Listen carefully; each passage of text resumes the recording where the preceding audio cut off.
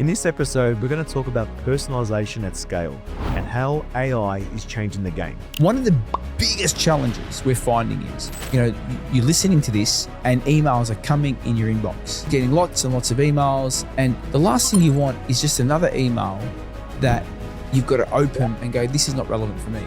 I've done a bit of research in your business. Dave, this is our number one acquisition strategy. In this episode, we're going to talk about personalization at scale and how AI is changing the game.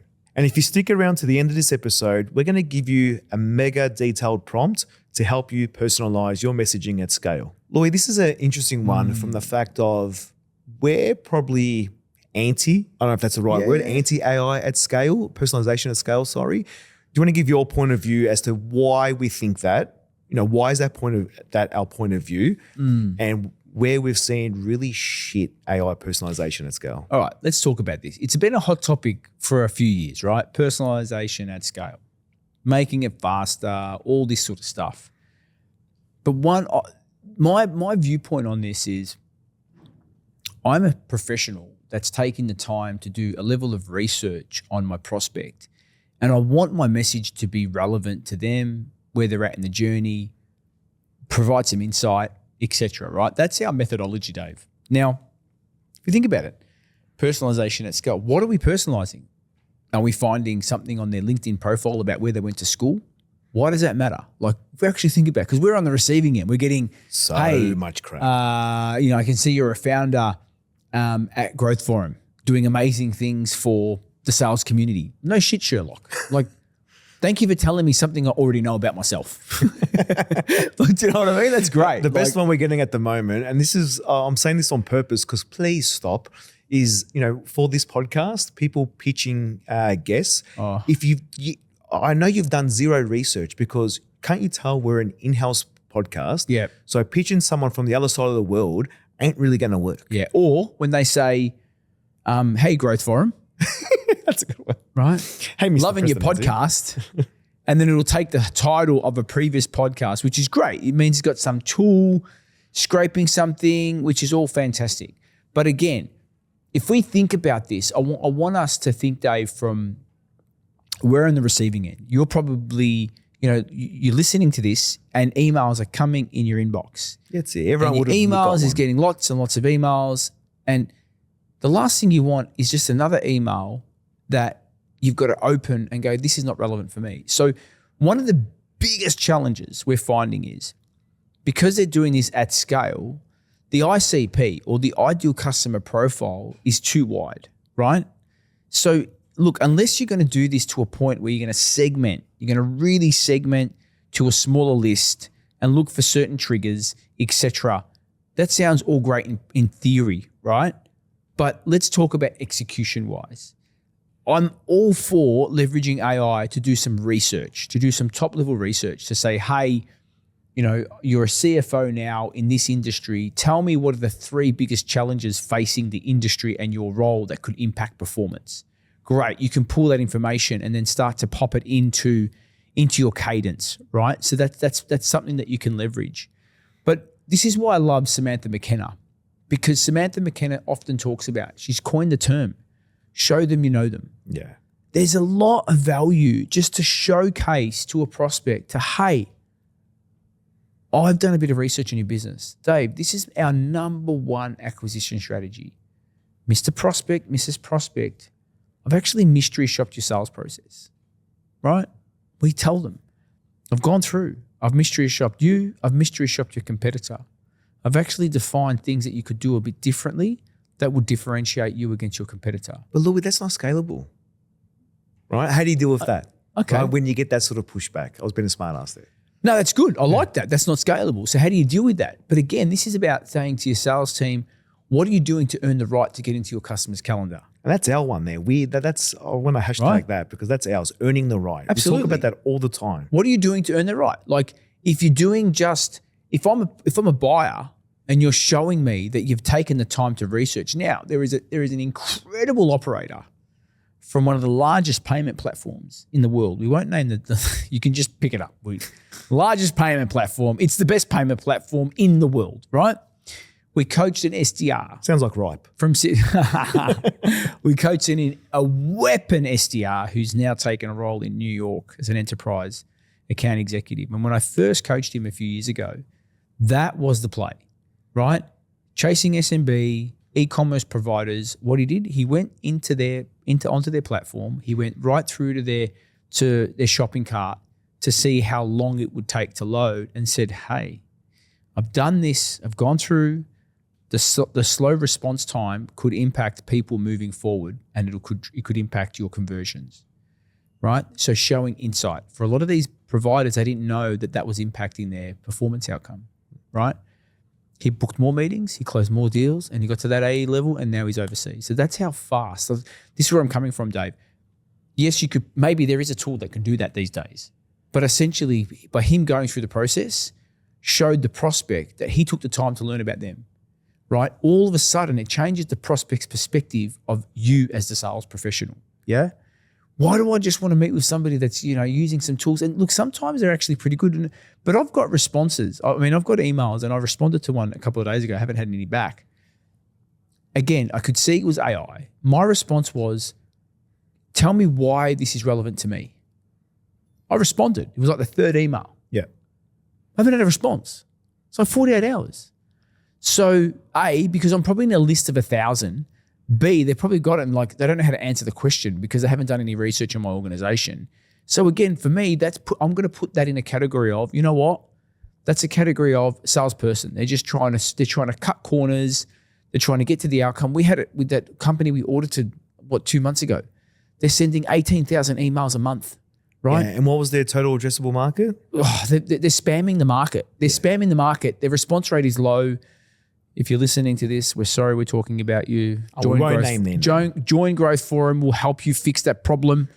No, but if you think about it, Dave, that's for me, it's crazy, right? That worked maybe 10 years ago, maybe even 5 years ago. It's not working today. Personalization at scale, it's a challenge in that environment. Okay, so this is my viewpoint. I'm not going to shift from this at the moment until I see something super powerful. He's like a stubborn mule right now. That's right. Even though I throw tools at him all the time. Right. Look, a couple of the ways that you can uncover if you're part of this crazy personalization thing, right, is that 9 times out of 10, the people that are emailing you are using a different type of email apart from their primary.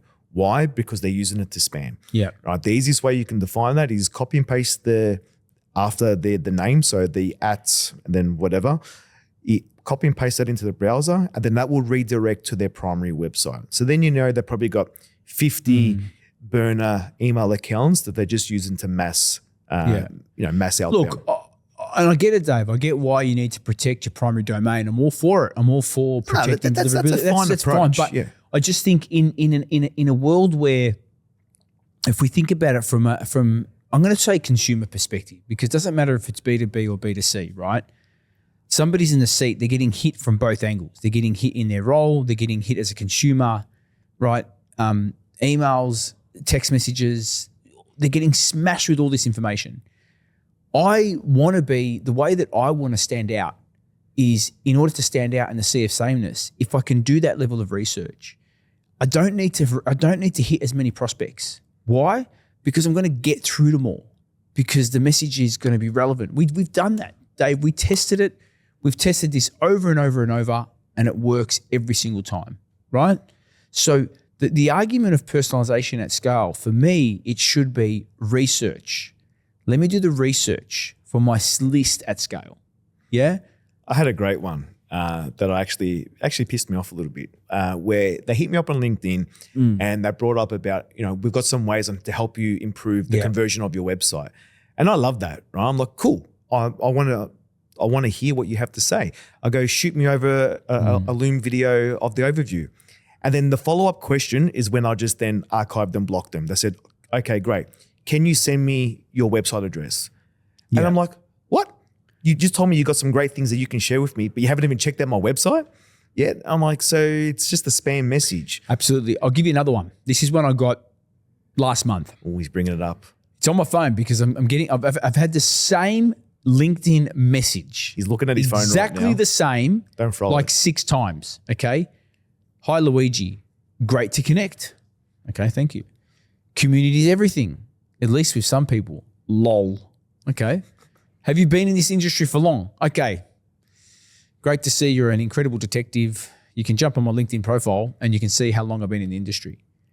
Next one, right? And it's literally, there's a 6-day delay because I'm getting it with all the other ones that I got. Yep. Looks like we're having trouble connecting. No shit, Sherlock. It would be great to meet you and understand how I can support you. Here's something to help you get started. A link. That's fantastic. A link Free to what? 7-day trial, Okay. right?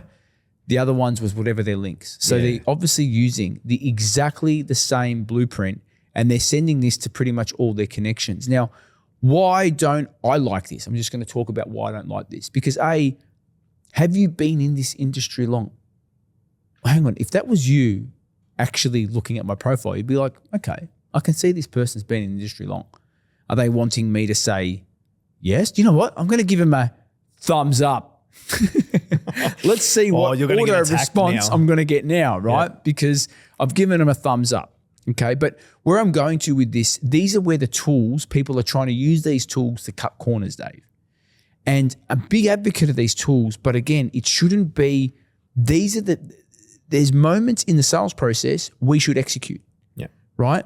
We should contextualize. We've got cadences that we template out. We are all for it. We build out our templates. We just did one for the fintech space. It's worked well. Yeah. And it's to We be used closed as a one. guardrail, Correct. right? So let's preface that. These are guardrails that you do to give you the guidance Yep. of what you need to do. But we've built out. We did it. We did it for the fintech. We built it out. We got our first deal from that particular campaign at close one.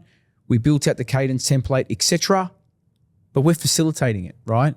We're doing the call. We're contextualizing it based on an acquisition that we noticed for that particular organization, and the rest flowed on. So again, it's connecting. We're doing the research. We're using AI tools to help us with the research, but then we're facilitating key parts of the sales process. This is where I go, for me, personalization, using these tools on LinkedIn, that's where it's going wrong. And look, I'll give you one little time saver, right? Because there might be something that sparks your interest. And rather than investing 30 minutes, 45, even an hour of your time to take the call with this individual that's reached out to you, even though you know it might be a mass cold outreach, and we get it. And sometimes I'll reply to them and I'm interested in what they have to say. But I want them, to go back to an earlier comment, to earn the right to get onto a call with us. So my simple go-to is, cool, I like what you are presenting here. Shoot me a custom Loom video that's specific to me. And if it resonates, I'll book time directly in your calendar directly after watching that video. Because if I'm ready and I'm in the buying mode for what you have to share and sell, I'll book in the time to chat with Jen. I'm always interested in growing the business or saving time. So, come with a bit of personalization at that time there when I request it. That there will save you so much time, especially if you're interested. You don't have to do the whole calendar hop and spend an hour. You're putting the work back onto them, and then they need to earn the right.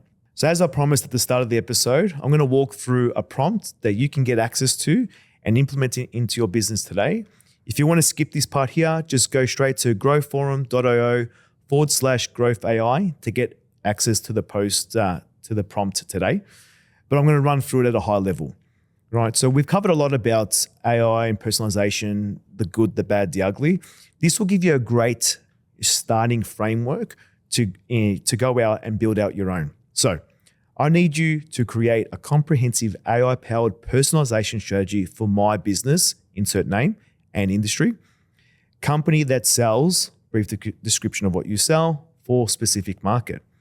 It then breaks down the context, and I'll give you 2 of the 10 context items here. So it's going to ask for the current customer data that you have available, average sales cycle, deal size, and current content assets that you have, arranged with another 7 questions there. Then the deliverables that you're going to request the prompt to deliver, a data foundation blueprint, a 3-tier personalization framework. So tier 1 is basic personalization, tier 2 is behavioral personalization, and tier 3 is predictive personalization. Then for each tier, it's going to include specific data inputs, personalization elements, technical implementation elements, and there's a few more there. Then point 3 is the behavioral trigger system. So it's going to give you an output of complete matrix of digital, behavioral, and corresponding personalization resources, trigger sensitivity settings, and about another 4 or 5 items there. Point 4, it's going to go through your content personalization strategy. Number 5 is the implementation roadmap, so 30, 60, 90-day implementation. And then number 6 is the measurement framework of how this is actually going to work and what success looks like for you. Then, like always, you're going to deliver your constraints. How long do you want to have to implement this? What are the tools you're using? What is the budget available? So then it's going to really create a detailed plan for you. So visit growforum.io/growth AI to get access to this prompt today.